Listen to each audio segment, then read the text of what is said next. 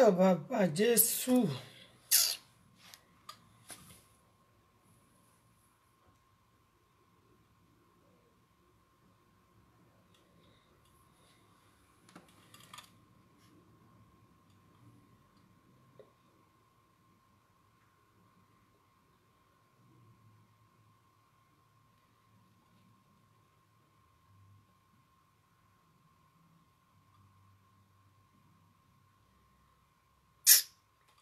More than no vessel, na network.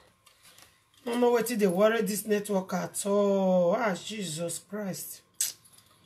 You.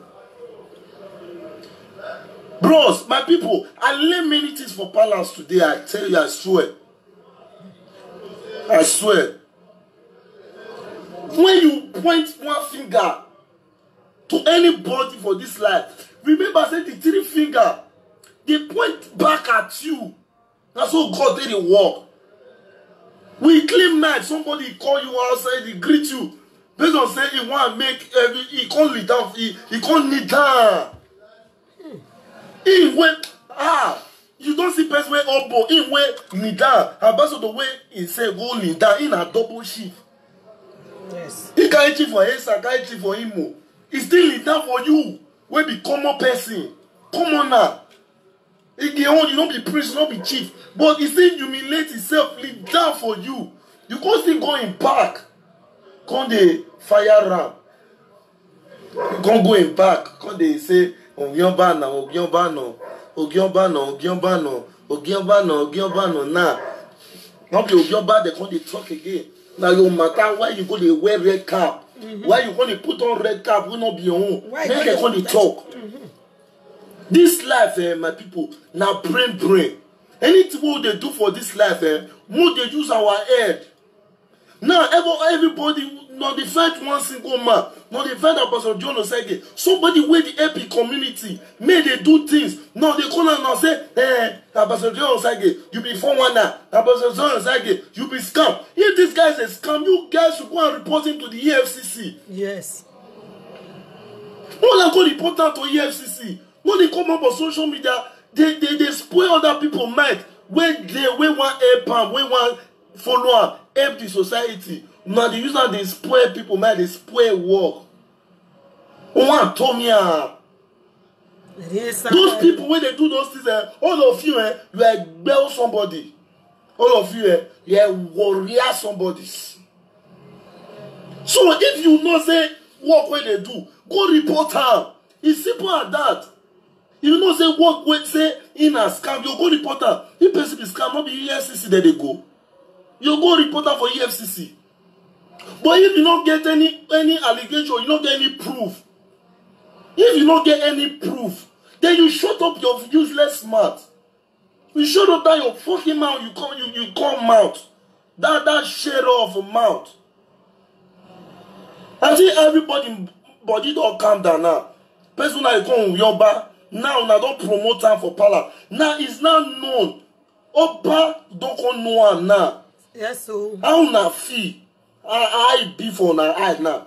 I can't be for na eye. Say Oba himself can't know and say person. If no, just say Oba not fair know one before. Now Oba don't dey aware. Palace don't dey aware of this person called Ambassador John Osage. How na come feel? How na come feel? More na continue. Now saga, that's say this saga they promote stand well. Yes, more na continue. We need more haters. We need as many people. I need more people who go even they insult me. Me they look for people who want they insult me. I beg people. See, I beg. I want to advise you now. Those people who they insult about John Osage, I beg. If you don't insult them, you come meet me. Now see insult me because I need them. Me myself, I need them. Want promote me. When they promote me. Let's say insult now. They read now. yes, so For now to see somebody do good work. For now to give us say if we not use money. They not give her money, support the work. They not give her money, make support the work. Mona encourage her, Mona call her. Yes. Bro, that's the way they do. I like her more. It makes sense. It makes sense. Continue your good work. That alone will encourage her. That alone go make her do more things, more. Yes. But again, because of jealousy and greed. Again, because of jealousy and greed. And hatred you have for your own brother, somebody who don't lead down for you, for inside palace, upon everything, he lead down for you for inside palace. When you come, see my people, I don't understand what I talk. This man is down for rank. Say, no verse. All of the I saw when a pope, one pope, kiss the leg of a president. Everybody say, kiss blah blah blah. Nothing there. Nothing there. When you have love in your heart, you'll do things where you're not supposed to even do. You'll do things where ordinarily you're not supposed to. Yes. You get. But this man do one because he dey humble. He's a humble guy. Yes. He do one from the hand. He don't mean waiting to lead. He don't mean anything, but he do one. But still yet, after you go outside, you can't go see insult him. You can't go see report him. Say in a Obiomba. Say in an enemy of the palace. Inside life. Inside life. You can't go see insult and say the inner enemy of the palace. Is that fair? Is that fair? 24 minutes and I don't want to reach 24 minutes. So I want just talk the inside life. I just say make I come talk the main inside life. So Mona say I get 400 people watching me right now. Mona share this video 400 views. I want to say 400 shares. Mona share am. Make all those enemies of the Gospel Foundation, yes, make them see this video. Mona share am now. 400 shares. Make I see her instantly when I end this video. 400 shares. I can't fish out, I beg. 400 shares. I want to see her 400 shares. When they do their own, they look there. Now more show to the world. Yes.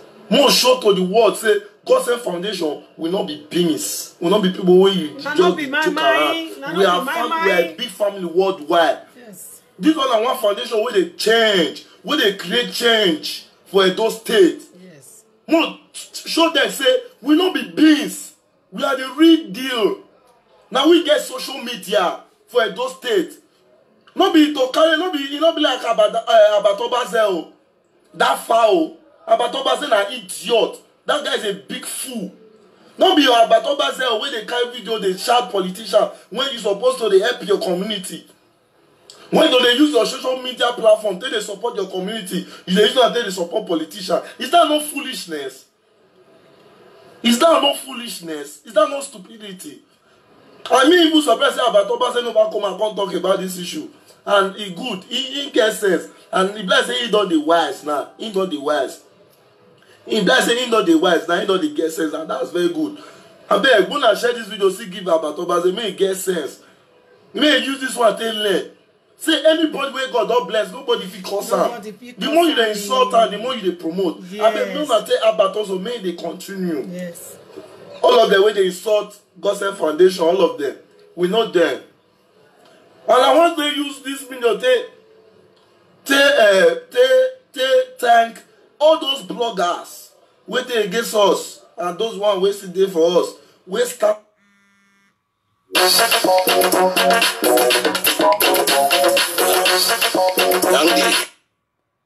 Hello. Fine. Hello. Yes, ma. About that. Hello. Yeah, but now my phone is speaker. A speaker, Jenna. La gogo. O sa je ga won mama me. De no ri yapo. Na gba wa mu go no bi obi wa. Eri sa je wa me. Eri wa me o come. I can wa me dede. I can wa me de. Iya gwa nwa me a. Don't let me end video. Ona video no. Ona to bola dia. Ogbola. O we na ma u there. Me kono so we agbo me de na pin e de na pin we de agbi. Ama nwa me de Eri o iye bo kono me nwa me. O de mi no ri. Ama de mi no ri agwa fe bu ama gbo ma so kwa ma ri o. Eri nwa me o. Eri ma o ga gbo me wo sunu. Aka nwa me be gwa. Aka nwa me be gwa. Iya we he ema we delia. Video galatia is what is it day? What is the big deal? Oga nwa me bo ki o fi an o ma nwa me o me ma mi o ma nwa me. Amana gogo le amana ba ugwegwa ke gogo lele. Ugwegwa ke gogo lele. Oga ko no nwame, is it any big day? Oga ko no nwame. O dey we no ta. Oga nwame, e promotion on it. O mana me wo o yo me no ne. Yes. Huh? No dad mama de ma ya ko e fon ko na adegbe fon ko. Oga nwame, e big day. Oga to e big day. No ri mo money, no ri go get down for you why. O mani aveno. Kakabo. O yo ba waliki. Kakabo. O no ri go get down for you why eri nwame o, eri o toge. Anu ane me sabodisa. Au kwa ya gweya. Kakabo. Anu ane me sabodisa. O bele ti ukpo gobi wawe. O ma le ro no me fano ni suwe wa ku e. Kakabo tokbo. De tap yo sage wa. O me net 82. Why the YouTube for on me? What is your game? Why are you happy? What is your game? Huh? For you to just go in or whatever the boss in a video go. Umi o mami o. Do I go? Do I pay? Come on now. And your funny baby back when someone is falling, raise that person up. Huh? Aba go. Ona me masore mani bu e bo sase ya kule la da bu egua. O ka ko no nwa me. Ama ti e yo pa to ga sungu. It's a big deal. Promotion ni. Ama nwa me because we no ya Latin. Ugwe egua ba ya ke kulele Latin. O ko no je to be nwa me. De na go di boy. O gbo wa. O ma sa jo ma ro bo. O ye ro do ro ba ye ba. La gbogbo. O le ma tu agbe. Oh, must work be. Someone who ya must no go get that for me. Ogu bomani. Eya no. Fe no mero. Ke no we mo. Agbara do cook be no de. E foko na ga degbe foko. Even me ya de card no dia de me ya ti Nigeria. Obiri no. Keke be sitame. Ah? Ebe mama me. O ko no ga vie. Sister Susie. On a vie. Me na hina. Wa go go YouTube. That on a big video I said keep it to yourself. Okay, no. Agwagwa, ya ma we video no ma ropa, ya ma nwa me ya ropa ma me. Kenene ma be nwa me gi o ma be ye fa ma nwa me. Aba settle. O ni nwa me si e party. O ko no nwa me e di dalwa. Edi mo fi ma won ragbo o toro ma won ko ragbo mo so very big deal. It's too much. No when you hear about if so on me obi e do be Yoruba here. I declare myself to be Yoruba. Let them go to her. It's too much. Ouais c'est kakabo. Be ma be mi e keni na be nwa me o. O ma no nwa me agogo le. I me gwa ku gwa ge ba kwa zin abo ge.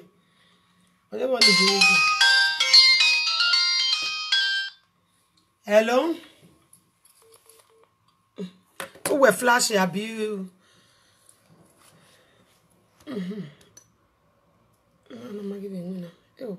Okay, phone. Wa winner the 4 copy man na be no.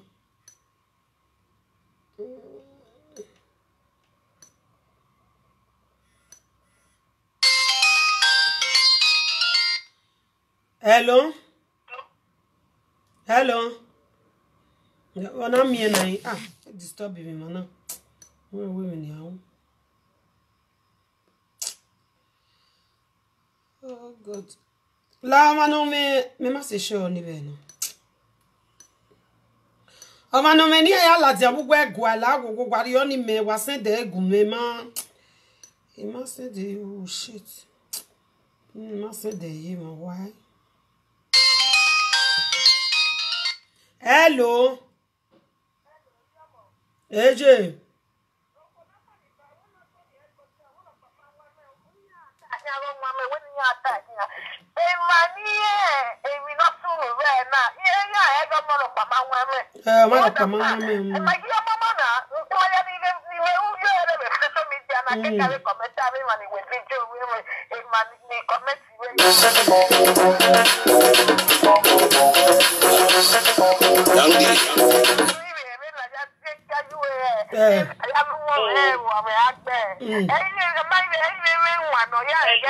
Eje mu jameje.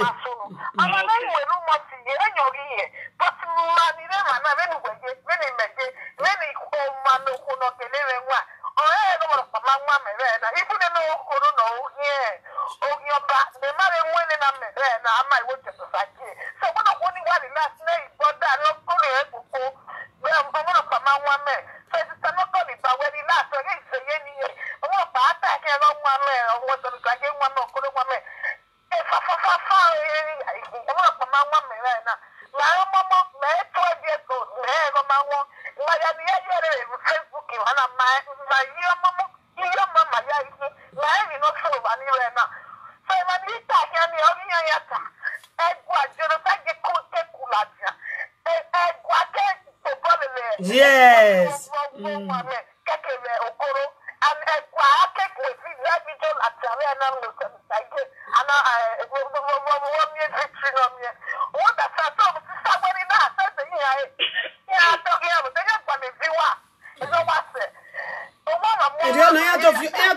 If you ask me, man, and when I if you ask now, ni buba me feature.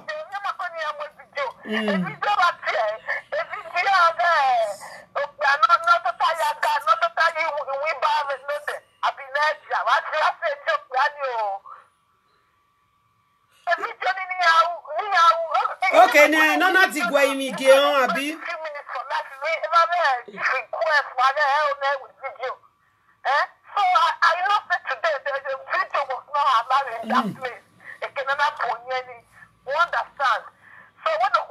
Voilà, mano, me video ne yakula ti abe gwa be na imagi mi ogo me te we show. Ouais, c'est Dieu. Okay. Mama gun encore. Iye boy one international. Newtie. Iye boy one on pressure. Newtie. Oh mama vota. Yanje. Egbe wo bo na ya bobo si egbe ya ibu eme. Hey. So the me matter na wa ya wa kokudure whether na bo no ko gba ni understand. Yes. Matter na di ade o se de Saturday be de Sunday ni ade ake fun so lo bana do wona so fure yo be na. Daddy body na we yan wa me ya ma enwa me wa egwe if you pa ni me egwe egwa wa ni e ke na fi magoji. Ato. Ipazi Murphy ojoga sunu abeg the video. Ipa koro ojoga sunu abeg the video. Yes. E ma pano ka wa we no pe ni agbe mi yo we no pe wo ge. Ani wune. The video. I believe you go ge iki on Jonosage ka ke be. Ki ave lugan. Ki ave lugan ma understand. Yes. Oni na wo ide fo ave bani. E bi o pa ni me mi e bu na ke na na heki. O ma no me wisdom ye we Facebook na ikata. Azeru way, yani go Libya, yan way, so see they man the boyan way, some people yan pity you pity the other side, also and near where every young maybe no jemo poko ma open so that will not say now you only take somebody that have wisdom to understand them in no so but when manage my see if I see where okoya hima beto koro no so who okoro no so who I believe when I even my ya we put na my koya I see someone who is with that 45 years is yene. Una are other 45 years. So I know how. That is someone who will copy hane. 45 or 46 years. You told me, mama. Yeah, matter okay. So on ya different ubokba. Even me matter na hina where it is good to be good. They say akane ami ugao ogo weke bitajo to. Wari atebe do be bitani abitu so ebitanu abe ya roba wale ebiesi wabe ya roba yes weti be diare bitabe kidumana ke ebiesi ekidumana ekeduke miesi je only that the flower ade bi opa no kekede mana gbo ave ba gbo na ogwe ije ke yomo ya bobo mo enwe oya leru no mo yes ogoma koma no kwogi mu wobone no maki ogioku okete oloho odi emi opa ni mani buma yege webu otoni mani bore de na mama bo understand them na tradition we go na mani buna to say iya kwa kaka mani buya na na tradition that's for Nigeria because iya ga na tradition be so ni agbunu Yusuf iya ga gbunu jo understand me akabo Usagi, Ofira no mopo na dabi, Ofira no meme, Ofira na fuede, Ofira no ke, Ofia na ruau, Ema ya no fira ni tuwa wase busuru we. Oro, wona na ro. Igo na ya gba oge mani no ni mani to leti go ni. Ti o ma ye pe, obi bo iri go ri, outside ri go ri, edo ri go ri, inside ri go ri, obo ri go ri, usoko ri go ri. So e chabi ya no wa e pe no wa wase ru we ya. Oro, atokpo. Okay. So the young wa go me believe in where o ma be oni no gi ja se wo so wa pwe bo ya kia ne de bo ya gi pack de le kia ne. They believe we no man fit to time no le le kia ne. They believe for kwanu wa go me bo yo we o ga de ologo o wa logo. Ati ka ne seven na be no te be ma ya le be kia. Ke di ma e live video ma na ya fe live video na e no se me na like e. O be to ji me ya e ma ni poli ma ka e. E no be ye po ji na ato for the boss to so be pe we. Ma ka e we te. Ato. E Facebook na e. Ade ti ma ni ke di we live video ya po e Gladys o Monica o Lolo o Parika o Nyaja o ta di mo Facebook ya na ma na e. Yes. And I believe in us, no love, will not get on magic Mario. If you follow the Maya Johnny Cook, the Mawe on back, on our way party, on our here, on our way party to have the TV. I multiply where we are up on our wire. Yes. You understand? And even I talking me. Then if you obey no give it away, a Hinana. If you a message in the woman when I hear my brother, if we were fear with ye, Emma. Change my brother. My brother no wage get tota. Ogwe yaga yuna. Ipa oba zobe kwe. E ka be gba bi ki ona ne. Ebe we be bori an wo wa gas ne me. Oga ti ju wo me no ma we na mu ye mu wo me kwa. Oba se ri ya wa. You understand? Iki on by my brother. Dobi okana no poponia. Uya dobi okana ya gbo we semila. Oh, gbeji semila. Ekiti we no mate fede ma enia. Amate enia we. Uwe ye na go money go bia de Kalaba. Uwa se diera e. Una afwe ne na no bijuwe. O gbe for that mate je ya mu gweri ha. Ero ma mo so me. Okoni gbe era mo so me o. Iye imo so me o. No don't let your body that just say where I give on some. Oh my God, we when it been I get it. Oh, I give on some. He give on some. If you want it, I should make car. Or want it, I prepare. Hear your father's name. May not very make, but no one. Love it, I'm saying. You may remember. Era easy, but I'm very many jack. Anything I call you, be made for the love is say. Be made one day up to date. Oh, matter anything on the Ahi, Eroma. Oh, Mokia, or Memo, what when you did, I'm a peer. Okay, anyway, you said that you know what Takba. Then we give us a get father, your boy VP, one of Sheshake. The more play than sort of Uba, when I do one back with the money I worry. Aya kwene na nia ai bi e kwene ni ai ge abi e gbene jebi ai bi e kwene ni ha uja wa develop wa kie anu support no se na go mana ma we ge ho because be akwede no fu go senior abu me action me ade what a mess baba o pe no mari gadira o mo pe for that matter mo go ise te ise ji o mo pe manari gadira agbogi lo hoy kakabo o ko na nyebera. Oh, su mekano faluji ya kwenye nera. Egi kwenye gihon. Uwe chifi. No hiro ona. Kuwa na maria e chief. Manami wabi kuwa na. Ima kia gbe azazin ya gan eta bata. Aja zuwatoni. Oh yes. Wa onuga e chief go to Benin City. Ekwagi my cast time.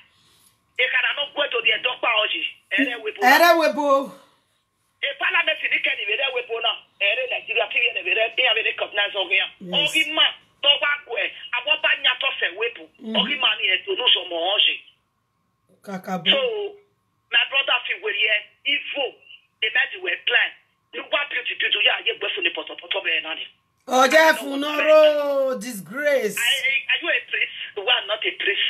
Are you a chief? I'm not a chief. I am not a chief. I hear where Ijera no bira me. Ina woman are well. It's a man note.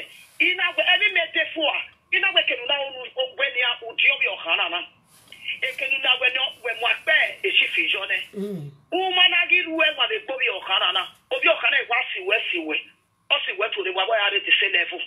And who's our man or Yafa Boavena? It's the Christian when one of Bamate. Agboyana I do. Because of your evil. The secret to the mama say, because of your evil. And that is very bad. That is very, very bad, my brother. Change. Deviate from evil. Emma. Osioma koto. Upiele ye cannot be led to my yapielene. Uma when legacy will lead you to Omokia to Robert Tovi. Because I let PS up with anemia. Again, I may have someone give it. It may possible you may relate to me, I don't know. It may possible you relate to somebody that relate to me. I don't know. So the reason you could make bad magic is that why? Why? Also, I give the focus on we go get one. Also, I give some more why we go this spoon. You like Fene, I came here where or you to be able to swap with a. There is no way that one could say, or what could win it. You understand?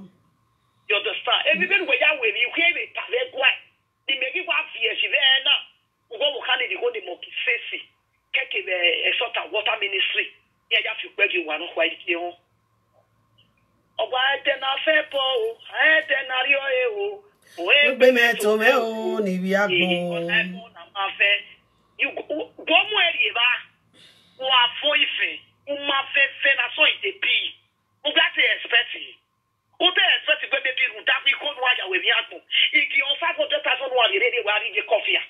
They are here to battle with you. Oh, no, yeah, practice. How bad that for my wedding? Too bad. You can't was to battle. Who said never when I get to battle? Where I can't have one body necessary. Okay, I will know. Okay, the big one, your boy, they're not a develop. What time you go to your yard, right? You go to the end of your mouth. Or for where they said when one day we go to Stephanie a planting a correction. Corrosion by making in Wedoni. Very bad. Emma. Oh no, why?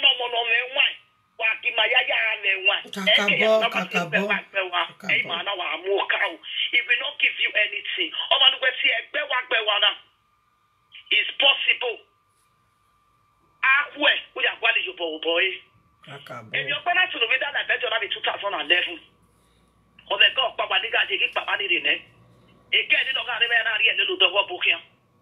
The Papa is never more than 2011. Make it ever. A young woman, no bad Friday boy, look out. Or one not happen to be. Or one again, my dying me, a young bad Friday boy. The Mark was every young. The young audio dog or putting out the egg in a hammer. Give me. Me are again, my damn audio dog or putting my cocoa young bewa. But damn it, huh? Here you get the audio dog or put a hammer. And the me I get the audio dog or put a hammer. Well, I read Oman Wakana. Echo one way. Well, I don't know where everybody is part of it. Where I'm with Koi. Nakana, my cousin, last week. Yes. The man, what's that? Or I'm not working on as you were said after 1 year or 6 months. Or not to lose over. Or you lose over not TV. Okay, but I lose over when I wear. With a serenity, if I wagwa, or not a whoop, we have to not hear you. The Nike has a radio dog bull. The Nike has it. So they take it and pay 1,500 €. 500 then I'm going to watch you with Bahara. I want to have 1,500 $. Was you with Ibaha? Jesus Christ. They give me your one or show another audio dog pony. Or not see when I'm with me, I'm with me. What you or what you say, Mamma, who begging and give me die man. Oh, where? Or not say, they're not saying your mother, no, who begging and me the man. And Mamma, now we're telling the team with the audio dog up with your but I get to wake it back about who went for one of your well. Okay. In a way, everyone do I wear what would I have where you never said you were not talking, you know. Here I can let you talk about pony, but of one away. He go get a cacawa, he go care for Gavin, why you that war pony a buffet. Oh, my. Oh, not going to suffer their way. Oh, where am I? What has of 5 in a week? Do you think there was a what has of 5 in our South West? Maybe anybody in the Segimo, who may have won a Jimo, whether you think what has of 5. I'm not telling you. Oh, we are there with the Begita in the meeting, and they are my cocoa soul as ya in our family. Yajorime. You must say, Mamma, you know what I'm what the strategy. You know what give for the mother party now, who knew me on what who knew what if you behave as you have your pony. okay, I can't remember where you was in the kilo, but what about that party?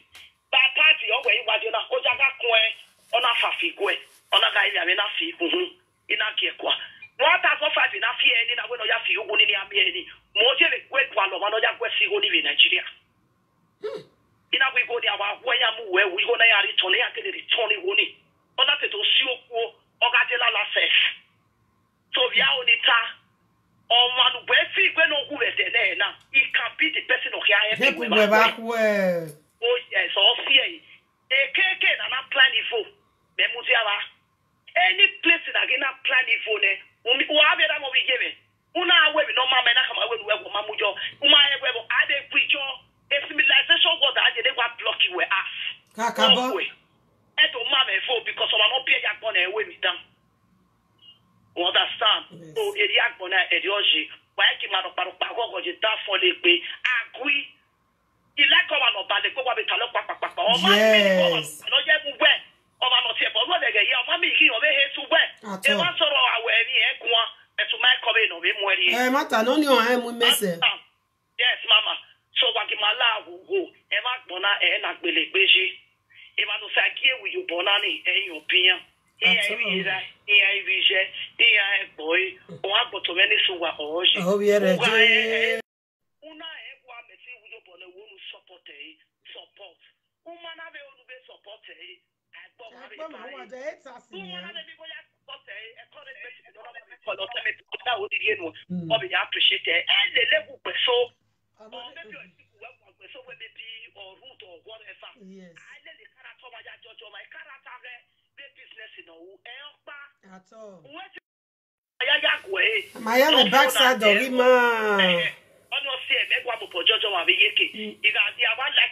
Program. Yeah, where I contribute to you, I contribute. Monia phone event, Monia internet event, Monia woman, Moni Fela Fimero will come out here because you will be a weapon of Molo. They don't come here, live Fela Fime. They might be only call it long wedding. I bought my baby Lavamet. So one love will go. Why get married to our home, not to our Billy Boma, not to our Nyaga, woman, Naya weapon or took Boma, Emma, or not to our Philip or whatever, but in my Yaku get the party passed. In my Yawafi, you like one when you're Kakube, the man of the women of Papa, so we had to come my backing, but in my women of Pagui, each of Mobi Romo, and my Yafe backing. And all times go so if I had Murphy. If you know when I really appreciate, last year I congratulated you on Sagi, Idioji. Umafi, where I am no Kati Kume, you can't go over Sunu Dame, in 1 minute, no I just Woko, or Mamma have one and San Ebeno, but not like Japan, who not congratulate Romo. Also, what they come out, what they could, it doesn't matter. What word do not go, yes. If you live here, my darling, you are the best. I always know you where, Omano Pale if you have a good heart. I know that from time. I might talk about if I know they beg if not post to your war. I may feel like I mean, I will wow. Of your can I give no young measure, and then not celebrate anything. But love will work in my celebrating me. And no one would have a recipe. So, who's a thing? I've been a recipe, young. Amy, ya, Walahu, Walaho. I do get a young walk by Iki, also no get my way. I do me where I want on a guy home and one ecky home, and then why would it be more away with the Gary Palace? And you give a lava, you give more than your last was here. What's the name of the no last by Yemana men one? I bet you for one and no go and you to expose any. Exactly. At the same message also, go to your partner in crime in Orejemi or Mete. The same message go to him because your opinion. Now, fan Agben, she was stop Emma. Anybody no fin get what? Equadami or yam metopia, even on Winalelia. Yes. Pakia to be a gualawanimu. I have we have to pinya or give more money about with death. You are guilty. All of any man are guilty. I told you that one. I cannot see a way. If you buy a fast here. Money are you going to buy? Or said, well, one way. I will say, if you want to know, that's what you always say. You understand? So, Mama, follow about the power, who will say. Like I always say, why I congratulated you. I gave a congratulation of a No matter you congratulate congratulations all you are soon. Or maybe go and celebrate when I get to celebrate or rather go and celebrate when I walk here. No. I love everybody. The platform is that you call, they make it a call in it. Like every platform we hear now call. Yes. They like in a call. They call them in a call. They have a like. You know, they have no talk. Or maybe he call the platform where they go say, "I went back in." Even no talk at the interest, you're not the meaningful. He call it contributed to your document. Or man have a meaningful. You have a get now. Yes, you will say Salava. You have a baby beer cook. If you have a Nigeria movie, the YouTube video. So why you are going to buy? Or I mean, your partner will be palaces. Now, where in the easy way, error. If you're very on here, we're now. Inyaro parokpa mafepo meto bime o ka ne no wa if one want be call na already the mistake na wo get party mofi o ma na wa he no beti ma o de senu jene be ko tana ba metinye me na ne baba na if confirm to me with my dear nothing like that happen every social media na ye kata ma me dige gada me ho even no so asu no ga gwa ye na be time me o be ma be na we there na we o we de no sa ke igo me no ri e ma na ka ya wo ge le ya. There is no truth. I make a piece in here. Here, when they are settled in that don't get going in a different way. Yes. No, mama. So, Osalopa, okay, they power. It's so. Congratulations also go to your household, and you guys will remain blessed. Men, we go go. Emi abi ami o jeno sage igogo no wan sege ogogo ni if you wa me o bi aro ruda owo ma ne ko fon o he to wa be ga bi he igbe a o ke se o na mu ko we se ko no ja ku ko o sa lo bo ade ba we mama o ba ga talk pe ise wesi amo mo a contribute ya otwen no the invite where my love.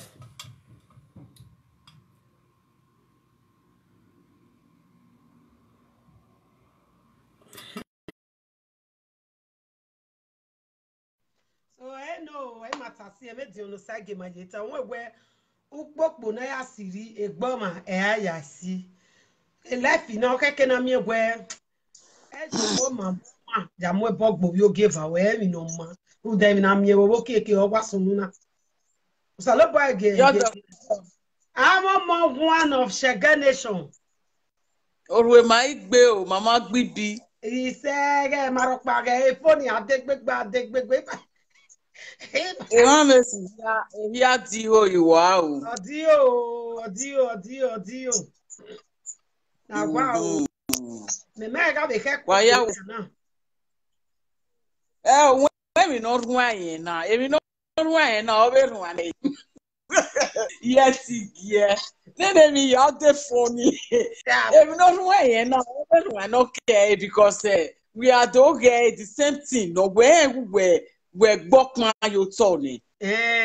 We again we ya mi aya go kian e ma ni o je gan e okoro pa yan je gan yes yen to bien ya wa be je gan gigi hon wari again na na kaka boy investigate yen fi we e case yen phone be palace so my phone this is just the beginning no what about like yon yen do funny ya ni ke la yes kaka abe chief ni dey brab bugwe ba.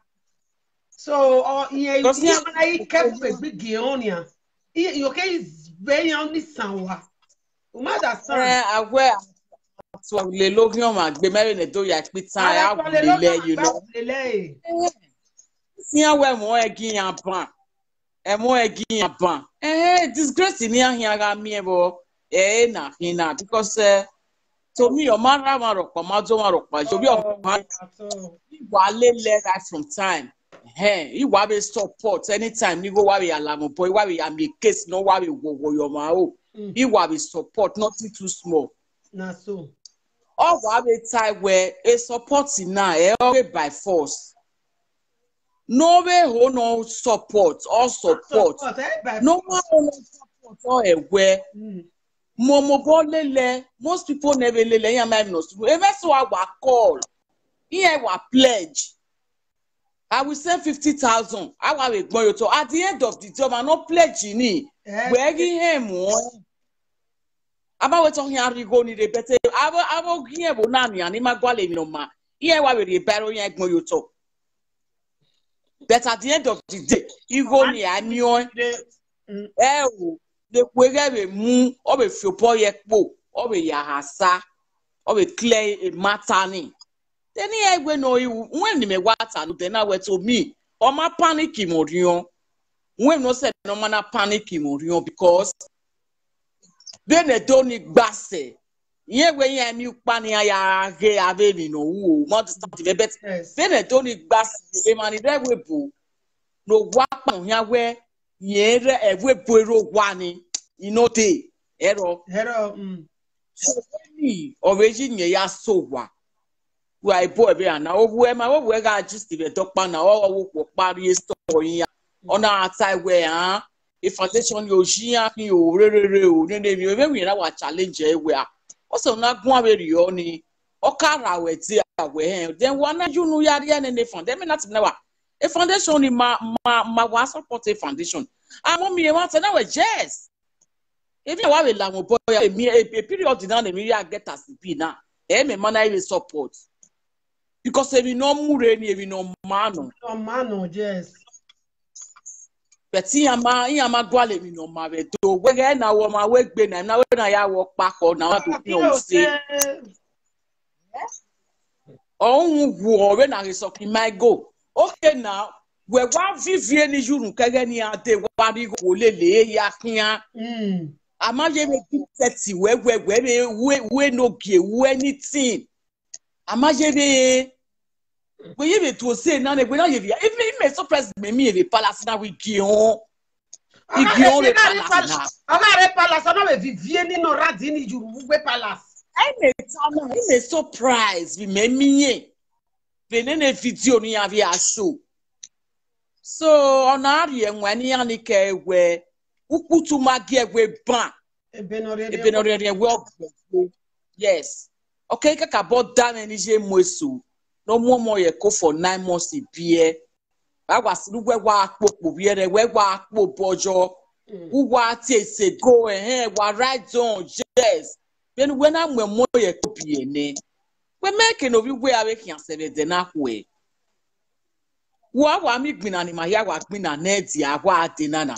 Ijo monogele one more o balon ya bio nekiri. Or you could back baladian. Having your me man sent in Nique your moya way, or go matia. Any of Popoleli is rather Kinia Duna. There he throw no raw, no when I got man, or semen of a Facebook. Ye me miniata may make no Latin with live video no we at this senior. Or Malada maybe okay say wicked. Muja mama. I'm a muja hello. Hello ma. Yeah, ma. AJ.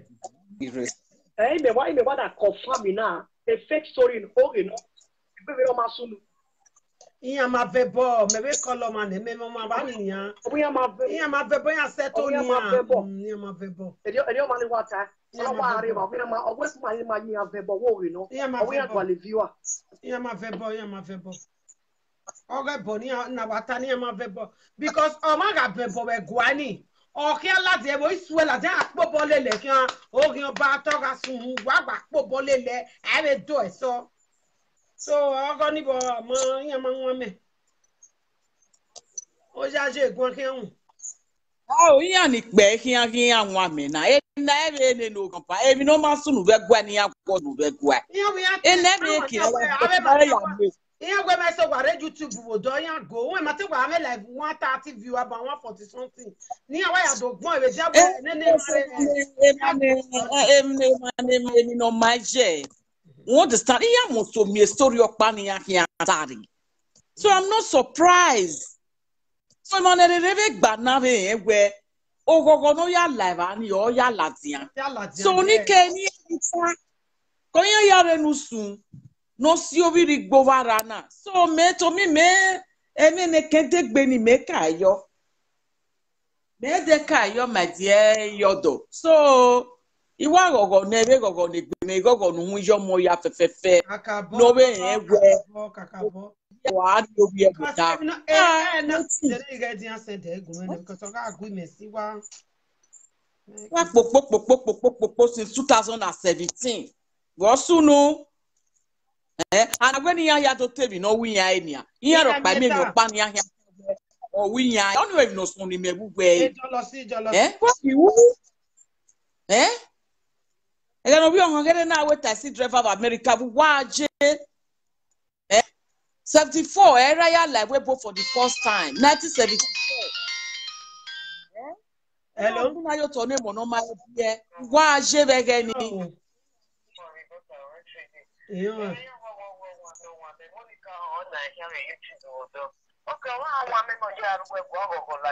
Ologo.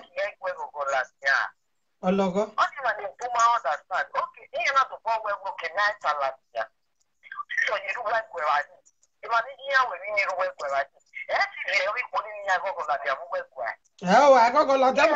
Agba popo lele asi won lele ogun ba toga agba si won lele.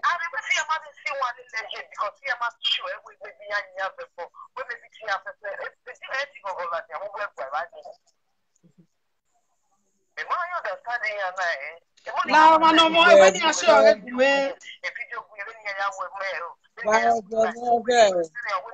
No film ni sa ele le san. Okay, when you subscribe to the YouTube again. Okay, new. Okay, no camera.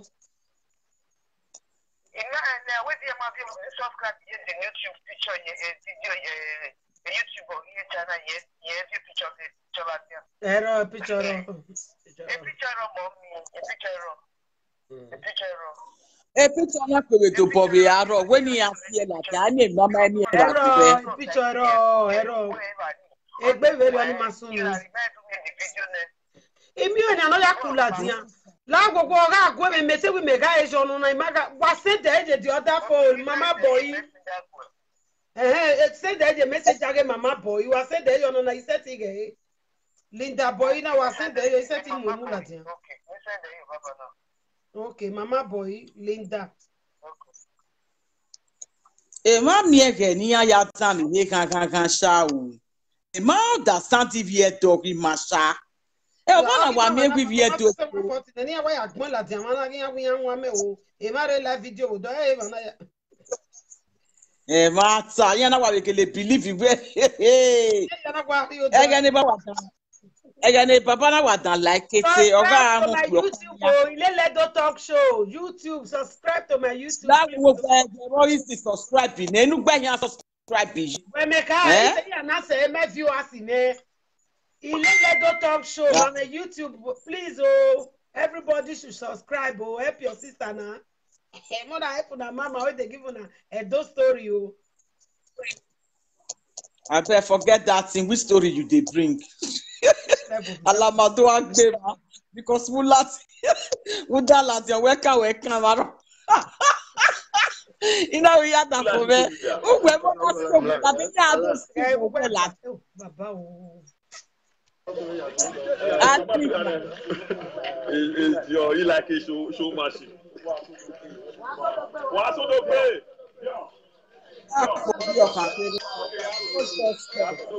Hello. Hello. I can't hear you see now. Who go with me? Okay.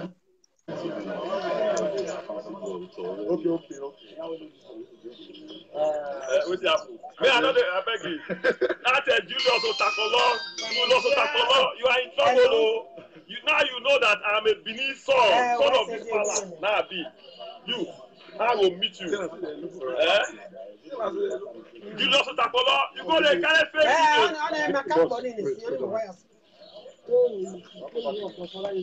No, we are live. I'm live. I went to.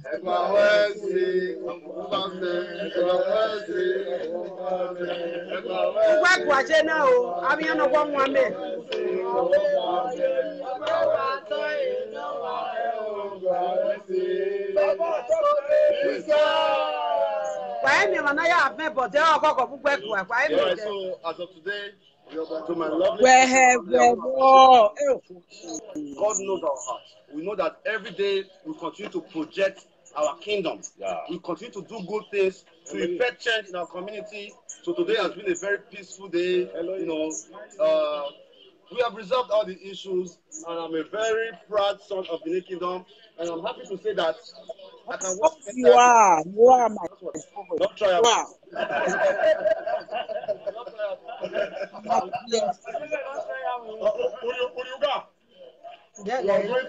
I would have been with Palace. I mean, you're happy boy. Happy boy. Happy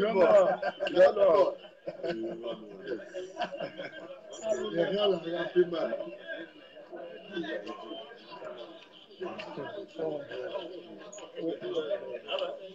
All right, so as you can see, we are live in the palace of Benin Kingdom. A very, very beautiful place to be. I want to encourage every Edo person around the world. Anytime you come home, if you don't visit the palace, I will be very, very angry. All right, so everybody hold your hand. Please hold your hand. Hold your hand. Hold your hand. What the baby? What the baby? Yes, what the baby? Big circle. All right, all right. In honor of what the Oba of Benin have said, to unite, to come together, to love ourselves. So today we are forming the spirit of Akugbe. Say 1, 2, 3. If I say Akugbe, everybody. All right. 1, 2, 3. Akugbe.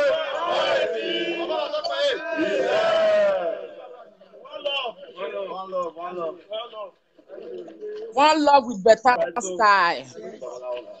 I swear, my dear.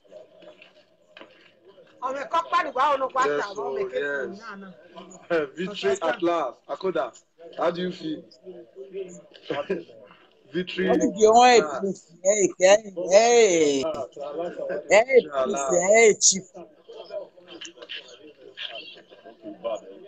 No, give me smile. Give me the smile.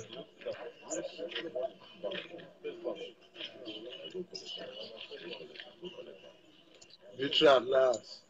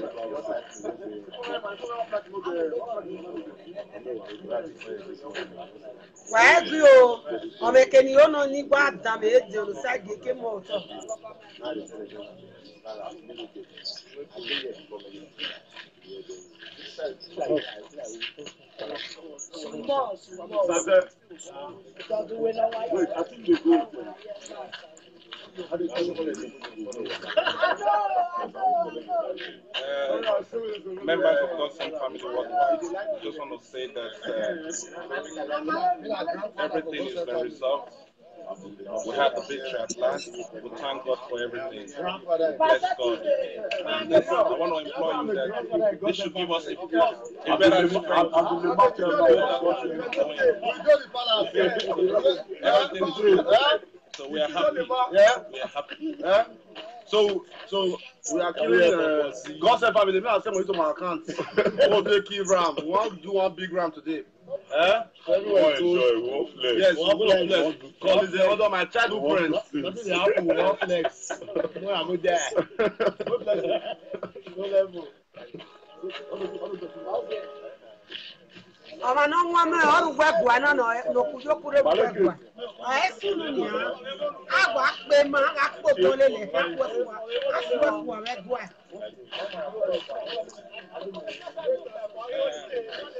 Larry. Okay, finish.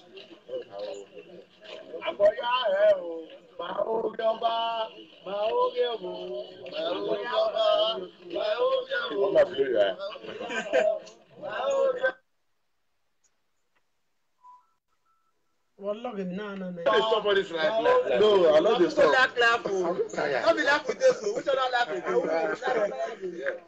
This is number 2 during Oba Eredi hour. Number 2, second man that was taking care of the Oba. This is him during the Oba Eredi hour. Of course. It's victory is sure. This is the great one love, man. God send family. I tell them to the worry. They worry. How is Dion? You know the grace. You know the grace. By the way, Sha. No. Where my glass? Come there. Where my glass? I don't want you to see. Check the bag. Open this bag. I will shout. David. Yeah, I'm a double chief. Yeah. All right. So it's a good one today. We are very happy. I'm here with my kind of godfather, but he like to call me his son.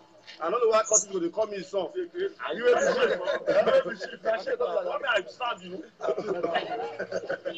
Who's that chief? Now my son be this. No, I Curtis give me wife. Give my wife. Wait, man. Yeah, this one. It's my boy. He say, I know it's not the soccer. Pikin dey go pass Papa. You don't see where Pikin go pass Papa. All right, everybody come. Oh my God, send family. Wagogo. Hey, wagogo. Yes. Wagogo.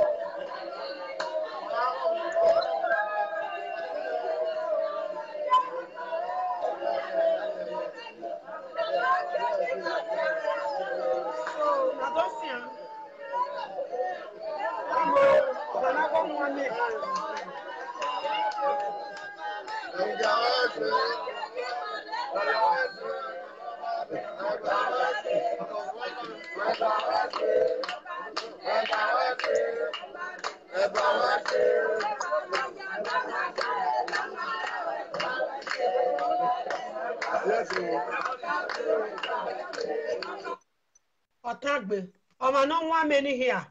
No go gwegwa. Why be ho de. E ma ya ni me no ya nwa me agwa pe ma ni ya. Na ya kunya fua.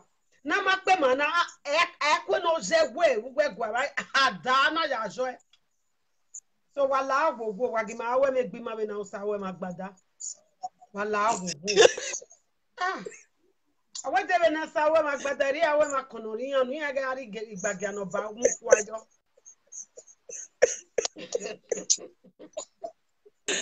Oh, Papa. Yes, thank you. Oh, mommy. Oh, so egbe. Mawe woge na ne wa we say o denu sage madogu we gogo we come follow you happy. So we say why you here? I beg my brother, may you careful because all these people, that is why you see say if one person come out for Benin to help, you no go see the second one because they look waiting how they take they treat the one with their front.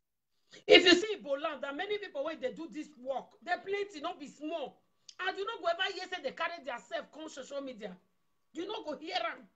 They plenty, 5 children with wife die.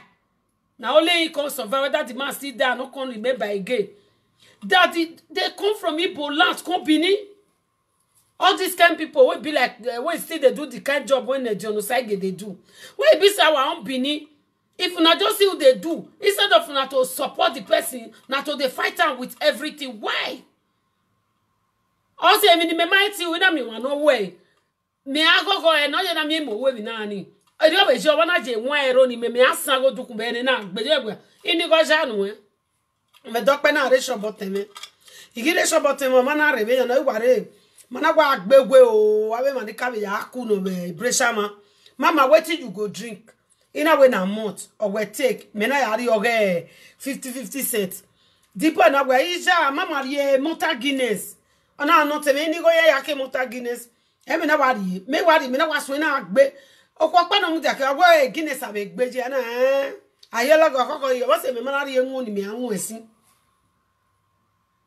Ina agogo no da o mana wesi kobo na man wa be woge million ebe waga igima iju nuri agbi mawa me jobo e social media na kodi me sister Susan ta ba we e social media na ye na me ye na ona ye na onu na i awe ni makele ya awe me gbe ni ma ya egbe ni ma ya agbi na lele gbe na ami enemi kwa sunu da wa agbe bo aga pobo ijare o oni o mane o no be like that. No be like that. Wagima ama fi we dey gba baby now. Mostly man live video presenter. Wagima be atemi na we ma say e ka be tadere we man social media presenter ni ma careful. Ni ma ga bring a wrong information.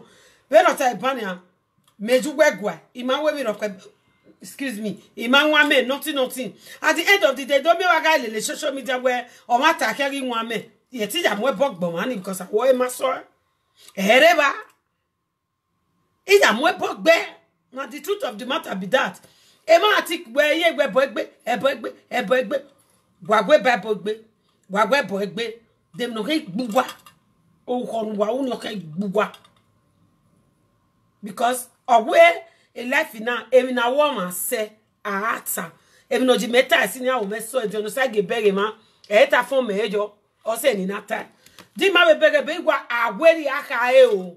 Enemy was stand show if I total live video if I try ni please subscribe to my YouTube channel Ileledo Top Show Dionosage wato a victory oh whoever son whoever van obege enia oyere ma teje gwade oba matin on ni age oba lebe ni na on eri o se waga kwa ni oba giunge oriefi obo itako no. So ede magbona kin. Bogi dozega ari kakabogi be won egwere gbe na bugwegwa. So ede oje be magbona. E ma soro won gwesi eboloa. We ya ge we se kene potopoto je. Iri nu wete asie kin ofia wenu da iri na ya sie po egbo ma ya si. We ya ge iri fia fo bogi dedu we potopoto. Wa ge mi abe mistake so ni an. O abe mi oge. O ma gbe ogwa ade. O we ni wa ma fi weze. Iya ke wa to gwe mu no ni wa kin apan ya de yu weze oni olohun gbohun no kun ye na mu yo e osunu be na chief pe chief be ya no gwe vi ojo no ya edu ere be we boge chief kin abe ni ko no gbolu coach no gwa le chief ni an me iya ga la enu gwe ki se ba ni gwe jaji fi ewo ni oja gwe ya gi do disgrace so e life na awa we mi be no ke so that we ya involve gbugwe where you involve gbugwe, that is the truth of the matter. So ni mala o mi no sunu na wagima we ya me nwa be ne gbima ruda an de no gbe ba ho e owore gbagbo ya iwe ya gwa ovie wagima ki egwere gbe gba be veri o ne gbabu nyi me veri o ne unyi me no keke okeke ni ma we me gbima we na usa we ma gbada be ni kata ban so kwa ausa be ni awe ma gbada yan na we ma konori anu yin ege ari gbagya no ba mu kwayo wa ya wa ke owie o wa bebe nege kai wa bi dolebu then ni pe music opa ni my have here. Let me play one music for us.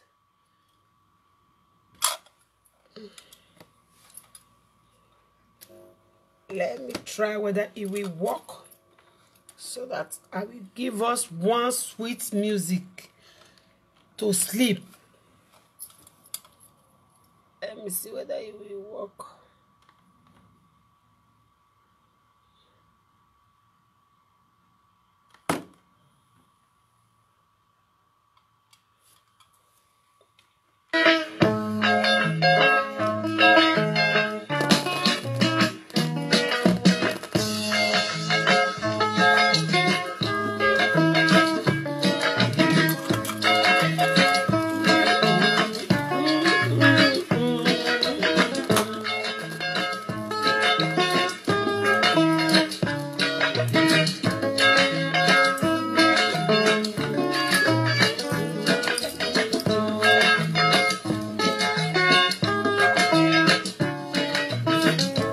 You know, side here, if you're famous, I go back by everywhere. You call any of what's for